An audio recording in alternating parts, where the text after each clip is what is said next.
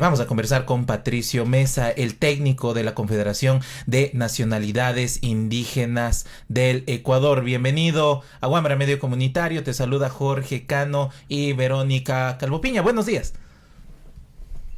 Buenos días a todas las personas que nos escuchan. Buenos días, Jorge, Vero, ¿cómo estamos este día? Muy buenos días, Patricio. Bueno, acá la primera pregunta que quisiéramos hacer es ¿por qué el extractivismo, el tema de recursos naturales, desde las organizaciones indígenas sociales, se ve como prioritario justamente sentarse a conversar con el gobierno ecuatoriano? Bueno, en realidad el tema extractivo ha sido una demanda histórica, ¿no? No es de ahora, entendiendo que el Ecuador ha tenido un desarrollo basado en la exportación de materias primas y su economía estaba basada en la renta, ¿no? Desde la colonia. Es decir, es un tema antiguo, ¿no? Es un tema recurrente. Lo planteamos del gobierno porque el gobierno es el que está administrando el Estado y como Estado debe garantizar los derechos humanos, colectivos y de la naturaleza, los cuales han sido vulnerados por varios gobiernos, no solo por ¿no es cierto? Y ante ello tiene que dar una respuesta concreta el Estado, en este caso, con el gobierno que está administrándolo, en este caso. Se hablaba justamente ayer a la salida de la mesa que no existía una propuesta clara por parte del gobierno ecuatoriano. Vamos a escuchar en unos minutos declaraciones del ministro de Ambiente, pero quedó pendiente continuar con la mesa, manejar varios puntos. ¿Cuáles son los puntos que ustedes están planteando en esta mesa de recursos de la energía, de medio ambiente, de recursos naturales? Bueno, los puntos que se plantean son los puntos por los que se salió a demandar en el paro, ¿no? Básicamente queremos que se plantee desde el gobierno una moratoria a la explotación petrolera y minera en el país. Esta moratoria va a permitir, ¿no es cierto?, hacer un diagnóstico, hacer una auditoría multicriterio, ¿no es cierto?, integral, donde se evalúe, se vea cómo está el funcionamiento de los distintos bloques petroleros y mineros entregados a las concesiones, ¿no? En varios de ellos se han entregado concesiones sin consulta previa, casi todos, y licencias ambientales sin consulta previa. O sea, son dos vulneraciones a los derechos, y mientras eso se hace, mientras se consulta, mientras se repara, mientras se hace esta auditoría, pedimos una moratoria, ¿no? Al mismo tiempo de esta auditoría se rían los impactos ocasionados por la industria petrolera y minera, pues pedimos una reparación y una compensación a las personas, a los compañeros, compañeras, comunidades afectadas, ¿no?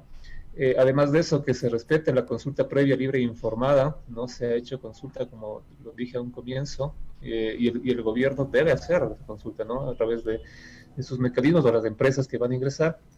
Pedimos también la nulidad de las concesiones, ¿no? Porque fueron entregadas concesiones, digamos, sin un debido proceso y que se puede hacer. Igual zonas de exclusión, o sea, hay zonas muy sensibles en el Ecuador, ecosistemas únicos, prístinos, endémicos que deberían ser conservados, ¿no? Y finalmente, pedimos también que haya una redistribución directa de la CTA, de esta ley de distribución amazónica, a los pueblos y nacionalidades indígenas. Esas son las peticiones del movimiento indígena, ¿no?, que están, como digo, en el marco del punto 5 de las 10 demandas con las que salimos del paro nacional. Justamente en estos días se llevaba a cabo en Brasil una audiencia de la Corte Interamericana de Derechos Humanos frente nuevamente al Estado ecuatoriano por las vulneraciones hacia los pueblos en aislamiento voluntario. Y digamos, en parte de esta audiencia se mencionaba que la política de los gobiernos, diferentes gobiernos, ha sido vía decreto fijar varias cuestiones, principalmente en lo que tiene que ver con el extractivismo. Y se hablaba de la necesidad de que mediante esta sentencia se llegue también o se exija al gobierno ecuatoriano sentar ya una ley, por ejemplo, en lo que tiene que ver con la consulta previa, también, por ejemplo, en el caso del Yasuní, evidentemente fijar los límites de este espacio. ¿Cómo ha sido esta política en cuanto de los diferentes gobiernos, justamente en cuanto a lo que tiene que ver con poner las reglas claras de juego en el extractivismo? Sí, justamente en el tema relacionado a la consulta previa no se tiene aún con una ley. Estamos también pidiendo al legislativo, en este caso, que pueda trabajar en una ley orgánica de consulta y consentimiento previo. Se está trabajando, ¿no?, en acercamientos con los asambleístas, sobre todo del bloque Pachacuti, para que puedan presentar.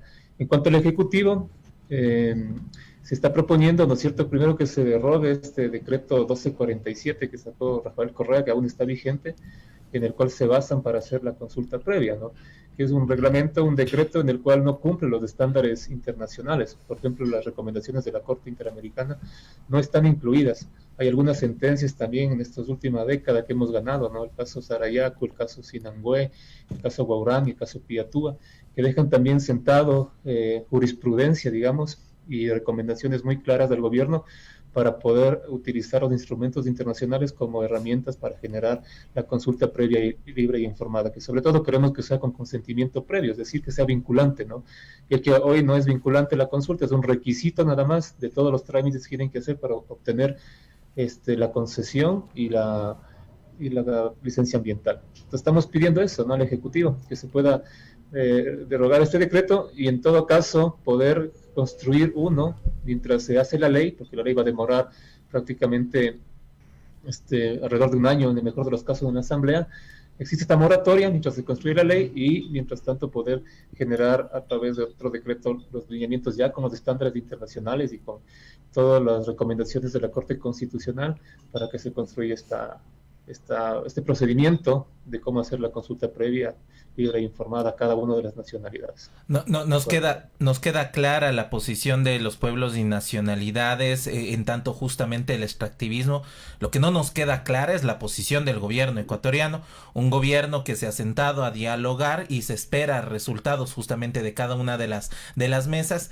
Patricio, quisiera que escuchemos justamente las declaraciones de Gustavo Manrique, ministro de Ambiente, que su criterio más parecería ministro de Economía, digo, por la comparación que hace de la necesidad de recursos económicos para solventar algunas problemáticas, como por ejemplo el tema de la desnutrición crónica infantil. Escuchemos las declaraciones de Gustavo Manrique y escuchamos tu respuesta, Patricia.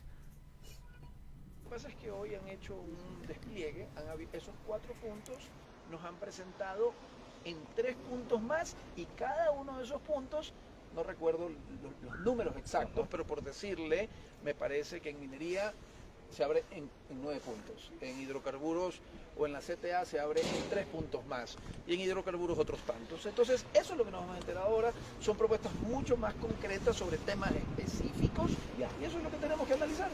¿Cuál es el dilema? ¿Queremos menos desnutrición crónica infantil?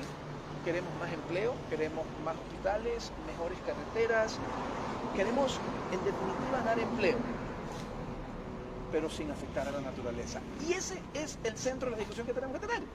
Y estamos de acuerdo en eso. Ojalá lleguemos a un punto en el que haya una pérdida neta de biodiversidad cero, en la que podamos encontrar mecanismos de desarrollo, de generación de empleo sin afectar a la naturaleza. Y esos son los diálogos que tenemos que tener. Lo que tenemos que tener es tolerancia. Eso es. Si nosotros basamos... Mire, hay una máxima que es que la polémica genera desarrollo. Si usted y yo estamos en la capacidad de tener una polémica de altura y de discusión, y usted entiende mis preguntas y mis preocupaciones, y yo entiendo las suyas, y si tenemos ese objetivo, generar empleo, reducir la desnutrición crónica infantil, tener hospitales, medicinas, le aseguro que vamos a llegar a un acuerdo.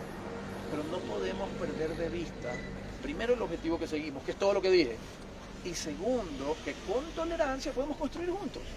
Y ese es el entorno que tenemos que construir. Y estoy optimista. Hoy, insisto, en el día cero, donde se plantean las demandas, son un poco más grandes que las que se planteó. Ahí teníamos entonces las declaraciones de el señor Gustavo Manrique, ministro de Ambiente. Lleva el debate al tema de extractivismo o desarrollo.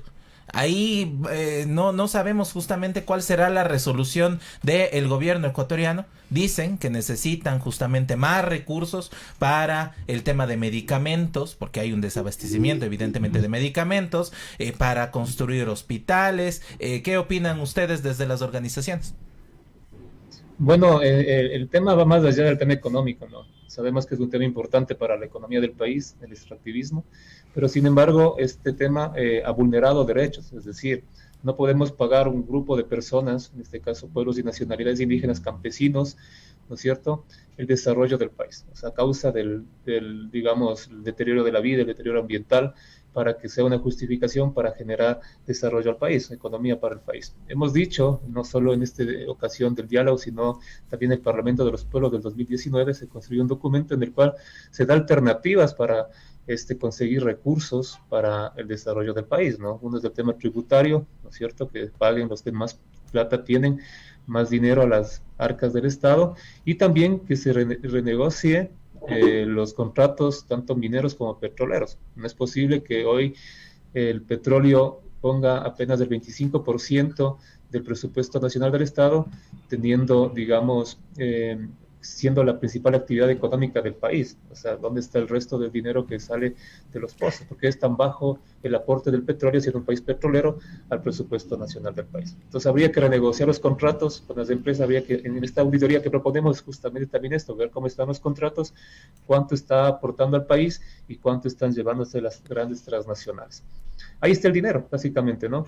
No podemos pensar en que se vulnere un derecho humano, un derecho colectivo, un derecho a la naturaleza, por, digamos, decir que es una actividad que genera empleo, lo que dice también el ministro, ¿no?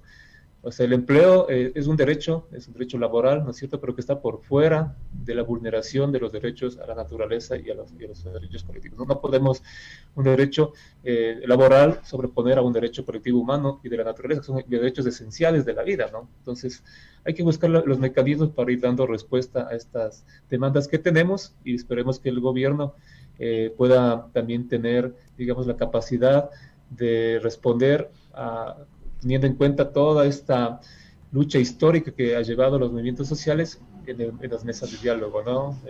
Recogemos toda esa lucha histórica acumulada para que el gobierno, en este caso, pueda dar una respuesta concreta. Ahora, Patricio, la moratoria petrolera que se propone desde las organizaciones sociales, ¿de cuánto tiempo estamos hablando? ¿Es posible, digamos, en este tiempo que ustedes han propuesto, que no se extraiga petróleo en Ecuador? Es posible, no estamos pidiendo una moratoria de todo el tiempo, de un tiempo largo, apenas es un año, en el peor de los casos, mejor dicho, en el cual se puede hacer esta evaluación. Es posible, ¿no es cierto? Habría que ver en dónde sería la moratoria, tampoco somos conscientes que no se puede parar la producción del país, pero sí sería necesario en donde se han vulnerado los derechos, pero eso sería un referente, ¿no? Un indicador sería las concesiones, bloques que hemos sabido que se han violentado los derechos constitucionales, y que ha habido también un mal uso de los recursos en cuanto a la contribución al presupuesto nacional del Estado, se debería hacer la moratoria, ¿no?